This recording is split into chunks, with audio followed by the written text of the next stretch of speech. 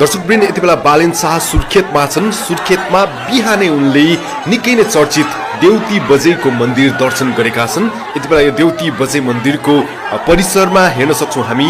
दर्शन गरेर फर्किरहँदाखेरि उनलाई फ्यानहरूले, उनका प्रशंसकहरूले, शुभचिन्तकहरूले यसरी घेरिरहेका छन्। कालीकोट भ्रमण सकाएर सुर्खेत पुगेका बालेन्द्र शाह यति बेला यो मन्दिरको दर्शन सँगसँगै त्यहाँ शुभेच्छुकहरूसँग भेटघाट गरिरहेको दृश्य यति बेला तपाईँलाई देखाइरहेका छौँ।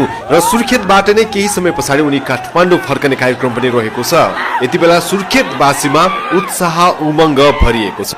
एउटा आशा पलाएको छ होइन, उहाँले के गर्नुहुन्छ कि विकास निर्माणका कार्यहरू गर्छन् कि भनेर आशा मात्रै पलाएको हो। त्यही हो, हामीले 46 सालदेखि अहिलेसम्म जे जस्तो भोग्यो भने हामीले जो पाउनुपर्ने विकास पाइएन।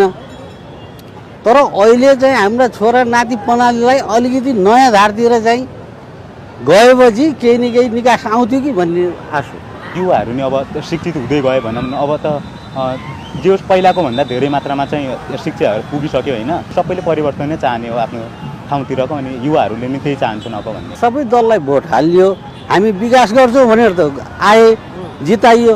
जब खानकोट भित्र छिरिसकेपछि दाङ, डडेलधुरा, बैतडी जहाँ पनि त्यहाँका सांसद जितेर खानकोट जो खाल्टोमा आए, काठमाडौँ खाल्टोमा, उनी गाउँ फर्केर गएनन्। हिँडका कागजी चाहिँ नारा मात्रै गरे क्या। छोटो समयमा नै उहाँले कति अब काठमाडौँमा नै कति परिवर्तन ल्याउनु भयो भन्ने कुरा हो नि त। उहाँको अब भिजन छ होइन, आफ्नै अब एउटा छुट्टी अब शिक्षाको कुरा उहाँको अलग छ, अनि त्यही कुराहरूले गर्दा हो। अब नयाँ जेनेरेसनले केही गर्छ कि त बालीले केही गर्यो, अलिकति बेसिक चाहिँ काठमाडौँमा चाहिँ केही विकास नगरे पनि बेसिक चाहिँ नियमहरू ल्याइदियो, त्यही नै परिवर्तन चाहे जनताले। अनि देशैभर माहौल काठमाडौँको सिकेर हाम्रो पनि यस्तै हुन्छ भन्ने धारणा आएको हो। 50 सालदेखि काठमाडौँ आएको हो।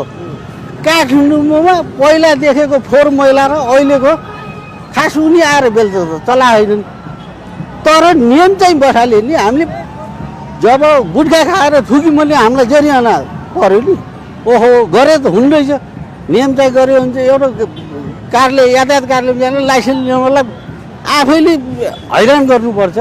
त्यो त सहज रूपमा हामीले पाउनु पर्ने हो कि। 64 सालमा प्रचण्डले केही गर्छन् कि भन्ने भरोसा, हामी त आशा र भरोसामा बाँध्ने मात्रै भइन्।